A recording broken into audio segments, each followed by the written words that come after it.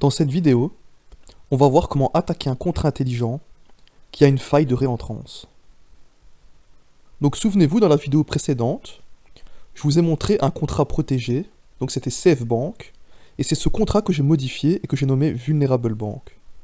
Donc j'ai enlevé l'importation de Reentrancy Guard d'OpenZeppelin, donc mon contrat n'hérite plus du contrat Reentrancy Guard.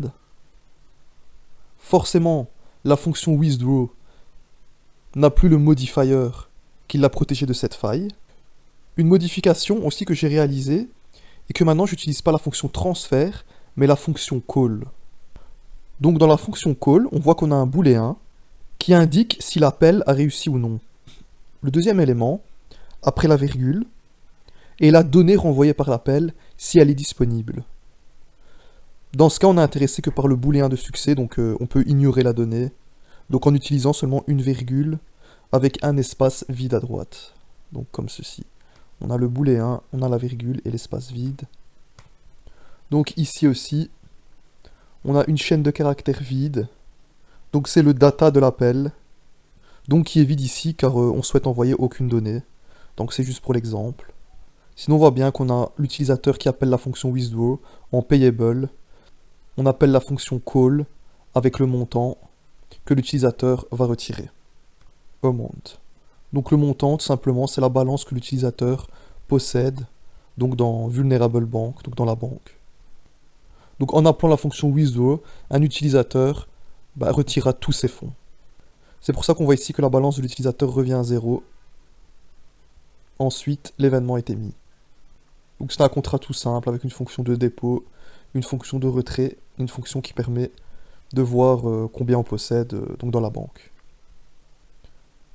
On va maintenant compiler ce contrat. On va le déployer avec l'adresse qui se termine par EDDC4. On le déploie. Donc l'adresse qui se termine par EDDC4 va déposer par exemple 5 Ethereum dans la banque, donc dans la banque vulnérable. Voilà. Donc la balance de l'utilisateur est bien de 5 Ethereum. Et forcément, il y a 5 Ethereum dans le contrat intelligent. On va se connecter avec l'adresse qui se termine par 35CB2. Et on va envoyer par exemple 2 Ethereum.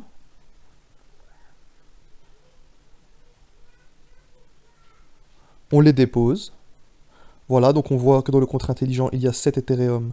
Et la balance de l'utilisateur est bien de 2 Ethereum. Voilà. Donc il y a bien 7 Ethereum dans le contrat Vulnerable Bank.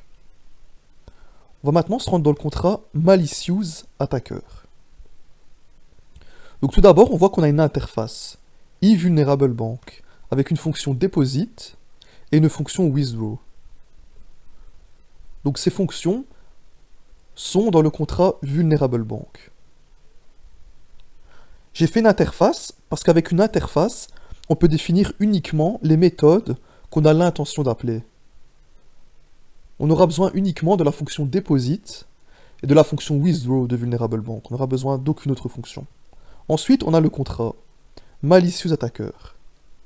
Donc on a la variable victime, donc qui est du type de l'interface eVulnerable Bank.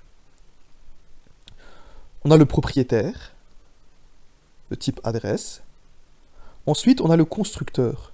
Donc on verra qu'au moment de déployer le contrat intelligent, on devra entrer en paramètre l'adresse du contrat qu'on souhaite attaquer. Donc on a nommé victime. Donc victime est égal à eVulnerable Bank avec l'adresse du contrat qu'on souhaite attaquer. Et l'owner, c'est l'utilisateur qui déploie le contrat intelligent. Ici, on a une fonction deposit toute simple, donc pour déposer de l'argent dans le contrat intelligent. Ensuite, on voit qu'on a une fonction attaque. Donc lorsque attaque est appelé sur Malicious Attacker, il dépose d'abord un Ether dans Vulnerable Bank, puis il appelle withdraw, donc pour retirer ses fonds. Ensuite, on voit qu'on a une fonction WeSave. C'est une fonction spéciale dans Solidity. C'est une fonction qui est exécutée lorsqu'un contrat reçoit de l'Ether. Donc à chaque fois que notre contrat recevra de l'Ether, la fonction WeSave sera appelée. Et on voit que la fonction de réception resave appelle à nouveau withdraw.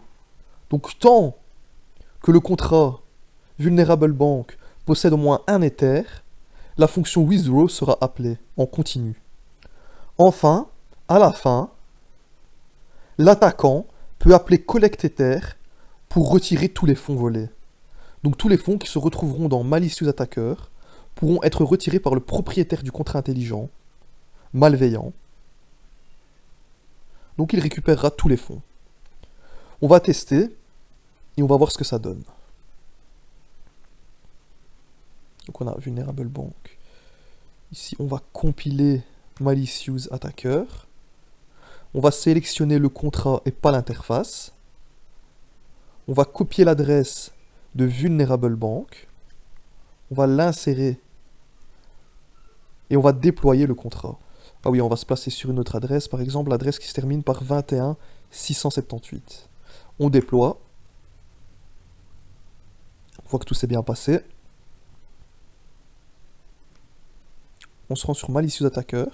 On va déposer par exemple 2 Ethers dans le contrat malicious attacker. On les dépose. Voilà, donc on voit qu'il y a bien 2 Ethers dans le contrat malicious attacker. On peut voir l'adresse du contrat qu'on va attaquer. On peut voir l'adresse du propriétaire, donc la personne qui réalise ces attaques. Et on va lancer l'attaque. Voilà, donc l'attaque est réussie. Et on voit bien qu'on possède maintenant 9 Ethers dans le contrat malicious attacker. Et le contrat vulnerable bank n'a plus d'Ethers disponibles. Donc les fonds ont été volés. Maintenant, le propriétaire du contrat intelligent, donc l'adresse qui se termine par 21 678, va simplement appeler la fonction collect Ether pour vider le contrat malicious attacker et les fonds se retrouvent maintenant sur son adresse. Donc voilà, on a l'exemple type d'un contrat donc qui est vulnerable bank, l'exemple type d'un contrat qui peut se faire attaquer par une attaque de réentrance. Donc il faut noter que les attaques de réentrance peuvent varier en complexité et que cet exemple est assez simplifié, donc c'est pour illustrer le concept. Donc voilà, c'est tout pour cette vidéo.